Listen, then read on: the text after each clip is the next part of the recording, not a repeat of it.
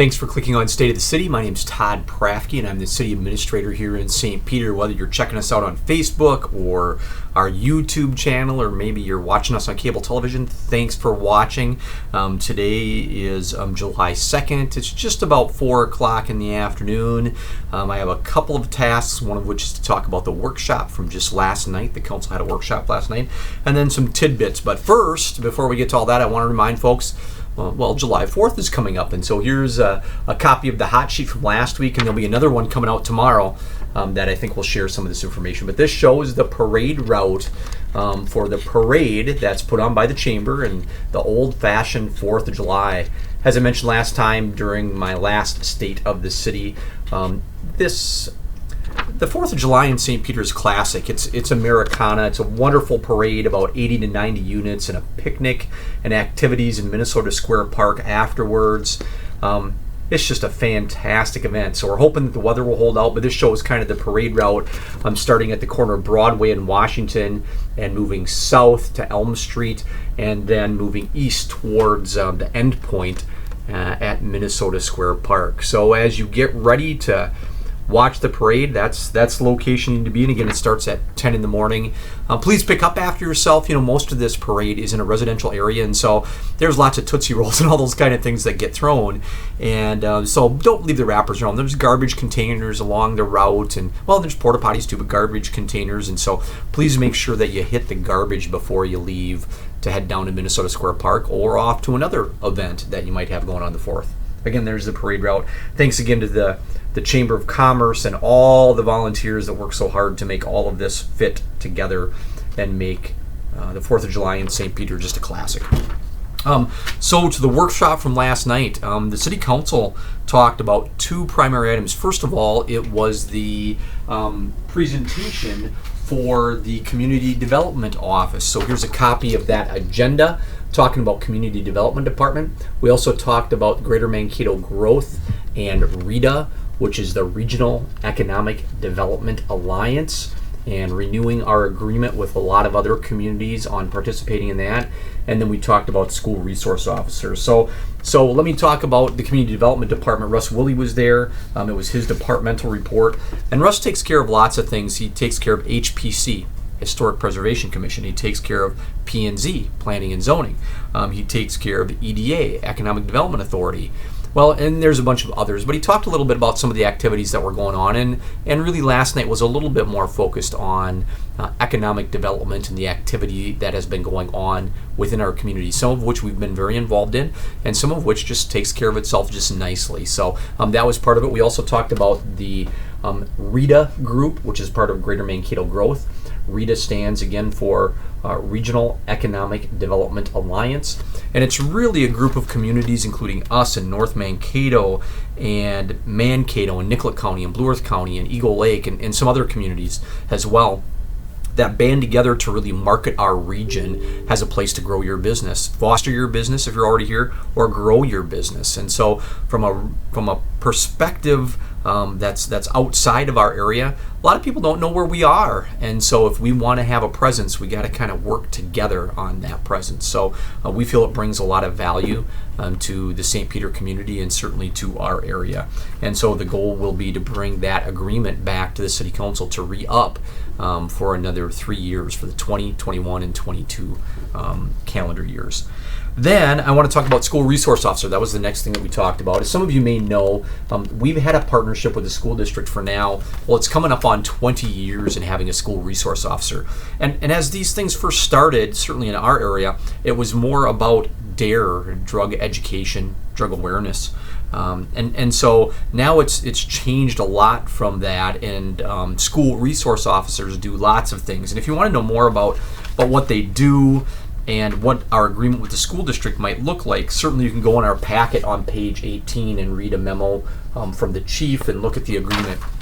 Really the discussion right now is whether there should be a second school resource officer. We've had one for, again, 19 years, just about 20 years. And so the school district has said that they'd love to see a second one, and the police chief and I are in favor of that. And this is really the discussion with the city council about how much does it cost? Does it fit together? Where does it all fit in? And how do we continue to work together?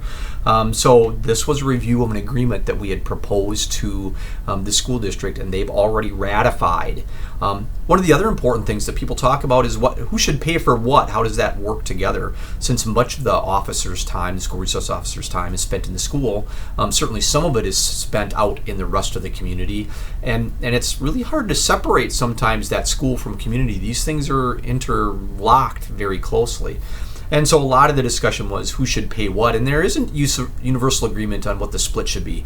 The agreement indicates that the school district should pay 60% of the officer and the benefits and their time, and the city pay 40%. That's traditionally where we've been at for the last 10, 15, almost 20 years now. But there's always concern about, is that the right number, isn't it? And so that was part of the discussion last night. I don't think anybody really questions whether there's value in school resource officers, but are there other ways to do this, and what's the right ratio? So anyway, there was a lot of discussion last night, and you can expect that item will be on the upcoming agenda here next Monday for the city council to make a final decision. Again, the school district's already kind of ratified the agreement, and so if the city council wants to move forward, this would be their opportunity to ratify that agreement. So that's kind of the rundown from the workshop last night. Again, I want to mention the 4th of July parade. I think I mentioned this at the beginning. By the way, this is something that's included in the city hot sheet. This is our electronic newsletter, and you can find it on our webpage, or if you email me or Barbara, and I'll give you the email address here at the end, and try and include it on a link in the description here. We can put you on the list, and it gets emailed to your mailbox just about every week of the year. There's maybe 2 or 3 weeks that we don't do it, but just about every week of the year. And it has lots of great information, not only about where parades are, because, well, even though St. Peter's fantastic, there's not a parade every holiday in St. Peter. So anyway, check out the hot sheet on our website, or we can email it to you. I also want to mention the Minnesota Square Park Pavilion. I've had a lot of people ask me or talk to me about that. Woo! It looks like it's going up and it's really big and all those things. Well, it'll look a little bit smaller once it has color and shingles and those kind of things, but it is bigger than the old pavilion. It really is. It is sized based on the task force, which was started about 7 years ago, saying they'd love to see, and recommending that they'd love to see, about 250 people be able to be seated at tables underneath the roof. One of the reasons it looks a little bit bigger too is because this area, and it's not a second floor, but this area makes the mast look a lot bigger than the old one, which was a little bit more pointed. I think actually it's only going to be about 4 feet, maybe it's 5 feet taller than the old pavilion at its top. So anyway, that project continues to move along. If you're interested in participating financially, maybe you have a connection to the park or to the pavilion, please give me a call. Be happy to help you get your name on a plaque there and show your interest in the Minnesota Square Park Pavilion.